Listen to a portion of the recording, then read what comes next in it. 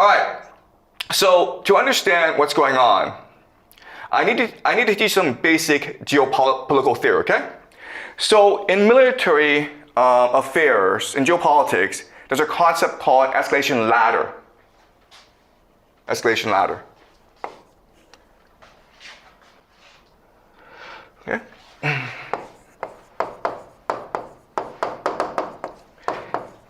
And the dominant theory is that whoever has escalation dominance has the most advantage. Okay, so what this means is, let's just say you and I get in a fight, okay? I have a knife, you have a gun. Well, a gun is more dominant than a knife. Therefore, you have a greater advantage over me, and therefore you should win, in theory, okay? And applied to this war in the Middle East, Israel and the United States have escalation dominance because they have nuclear weapons, and Iran doesn't. Therefore, the United States and Israel have a huge advantage over Iran, okay? But what I will show you today is that this theory is incorrect. It actually doesn't work that way, right? So let's start off with a very simple example. Let's just say that two people get into a fight, okay? A and B. And how the escalation ladder will work is that maybe A and B run into each other, okay? And then A says, hey man, say sorry. And then B is like, it's not my fault, you say sorry, okay? So there's a conflict, and it's usually a very small conflict. No one knows why, and no one knows who's at fault, okay? So they start cursing each other, okay? So the first step is a conflict. Second step is they start cursing each other, right? Screw you, screw you. And then they might start pushing each other, right? Push, push. And then they hit each other, okay? Punch, punch. And then they start the fight. And then one pulls out a knife and the other pulls out a gun. All right? And then B shoots dead A. Fight over, right? Okay. So there are certain things that we need to keep in mind about this example. First of all, the fight is not contained in itself, okay? You cannot perceive this game as just one between A and B, who's physically stronger. There are other players involved as well. Okay, so for example, there are spectators or friends. There's a crowd watching you, okay? This is important because there's also the police, right? Eventually the police will come, the government, and they'll ask people, hey, what happened, man? Whose fault was it, right? And also, for people who are religious, there's also God, right? If you die, you have to go up to God, heaven, and God's gonna ask you, hey man, how did you die? So you have to explain how you died, all right? So in other words, in this escalation ladder, there's three factors that you have to consider that drive people up this escalation ladder. These three factors are, of course, emotions. Second is power. And the third is reason or logic. Okay? And what drives people up is adrenaline. In other words, it is impossible to skip the escalation ladder, right? You don't go from like, hey, screw you, to like the guy pulling out a gun and shooting you, okay? You have to go up step by step by step because adrenaline is rushing in your system. And this adrenaline, it's making you more angry, but it's also making you stronger and more resolved. And it's also telling you how to fight this battle, okay? And the thing to remember about this is really important, is that it's not about how fast you climb up the escalation ladder, okay? If you get too angry and you overreact, then you are at fault, right? What you want to do is climb it up strategically, and that means you have to remain calm and controlled. Because if you remain calm and controlled, you have three advantages over your opponent. The first is focus, second is clarity, and the third is focus, you're clear, and resolve. Okay, sorry, resolve. Okay, what this means is that you know what you're doing, you have a strategy, you're clear about how to achieve your strategy and your goal, and you are determined to achieve it, okay? But in order to have all three, you have to remain calm, and therefore you need to control yourself as you climb up this escalation ladder. Because remember, it's just not about being your opponent, it's about justifying yourself to your friends, to the police, and to God as well. Because you might hit that person, he might go to hospital, and you've won the fight, but then you go to prison for 10 years, in which case you've lost the fight. Okay? All right? So the main idea I want you to remember is this, and this is the law of escalation.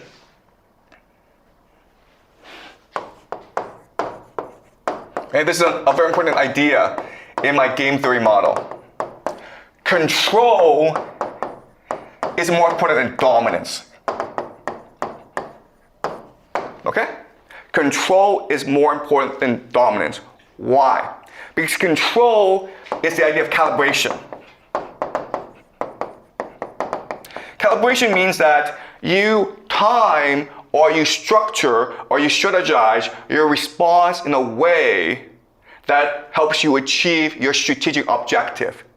Okay? You're not just throwing punches, you're throwing a punch in a certain way that allows you to defend yourself, that strikes fear in the opponent, and also allows you to seem as the good guy among spectators. Okay? And then when the police come, you can justify why you threw that punch in a certain way to the police so that you don't go to jail. Okay? Alright, so another way of saying this is that calibration is ultimately about strategic flexibility. And the idea of strategic flexibility is, in a fight, the person who has the most options, the person who has the most flexible strategy will usually win the fight. Okay? This is a law of escalation, and I'll explain to you how this applies to the U.S.-Iran war. Okay? Alright, so before I actually talk about the war, what I want to do is do a thought experiment to examine how we can understand what's going on between the United States and Iran, okay? So let's do a thought experiment. And the thought experiment is this. Let's just say that there's a bully, okay? And he's the biggest guy in the school. And he has a gang, okay? These are his friends. And there's like maybe 4 of them. And so what they do is they basically prey on everyone at the school, okay? And there's maybe 100 people at the school, right? And so what they do is they make everyone in the cafeteria pay a tax. Okay, if you want to go in the cafeteria and eat, you have to pay a tax. Maybe $1, who knows, okay? And the friends of the bully go collect the tax and then give him all the money, okay? And that is the structure of the school, where if you want to eat lunch in the cafeteria, you have to pay a tax, and the bully's friends collect the money, and the bully shares the money amongst his gang, okay?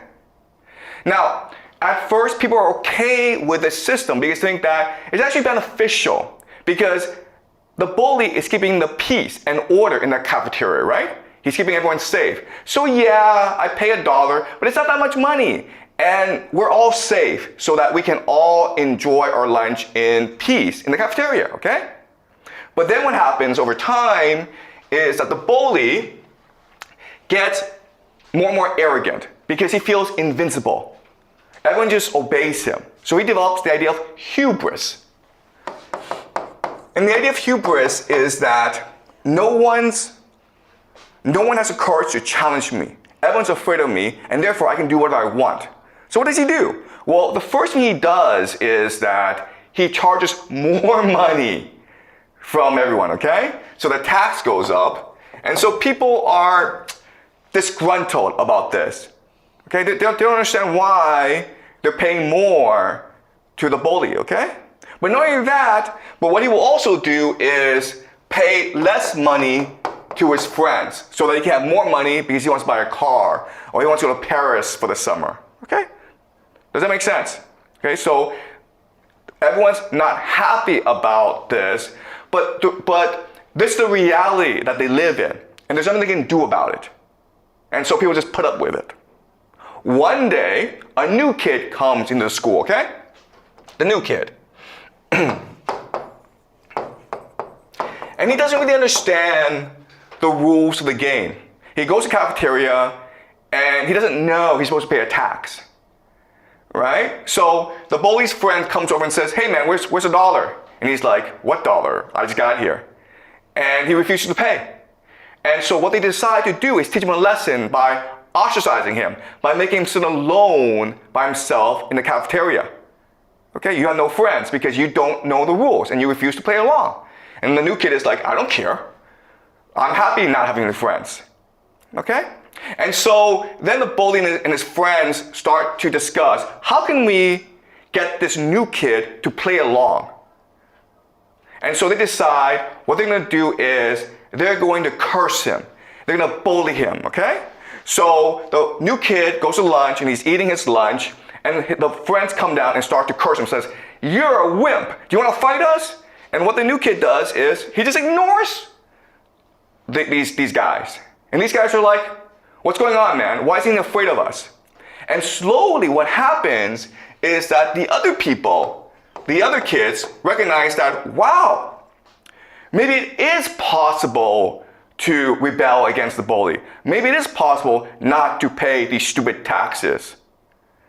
And so they start talking to him secretly, okay? They give him presents, they start to smile at him, they say hi to him, okay? But the new kid just ignores everything. Right? And then the friends are like, you know what? We don't actually benefit this much from this relationship anyway. Maybe if we appoint this new kid as the new bully, the new boss, he'll treat us better. And then you have other friends who are like, you know what? This bully, he's fat, he's ugly. Maybe I should be the boss, okay? So just because a new kid comes in, doesn't know the rules, and he's willing to challenge the reality, challenge the assumptions, the values of this cafeteria, now there's dissent, now there's rebellion going on, okay? And different people are talking to him and trying to form alliances with him. But what he does, and it's really, really interesting, is that he just ignores everyone and keeps focused, okay? And then one day, the bully's friend comes over and says, you know what, you're a wimp. And the new kid finally says, I'm not afraid of you, okay? And then this friend goes back and tells his boss, hey, this new kid said, he's not afraid of you, man. What are you gonna do about it? And the bully gets really angry and says, I'm going to go punch his face, okay? So the bully goes in front of the new kid and says, if you don't apologize, I'm gonna punch you in the face. And the kid's like, what did I do wrong? What should I apologize for? And the bully's kind of confused, so he goes away, comes out the next day and says, you apologize now, man!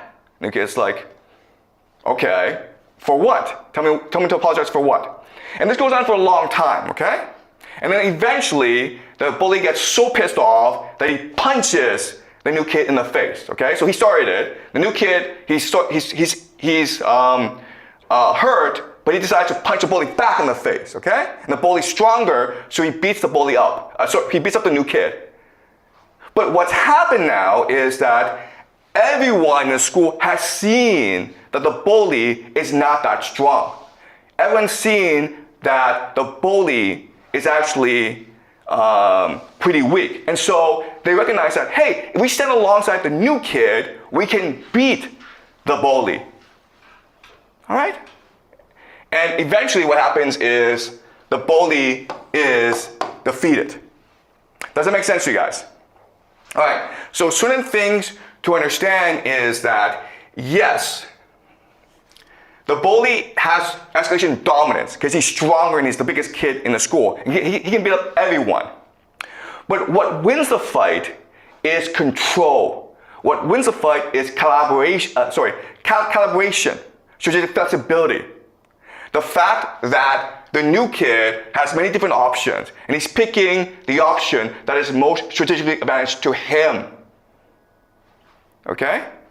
Now, and what you will notice from this example is the bully doesn't have that many options, actually, because he needs to maintain the idea of face or credibility, right?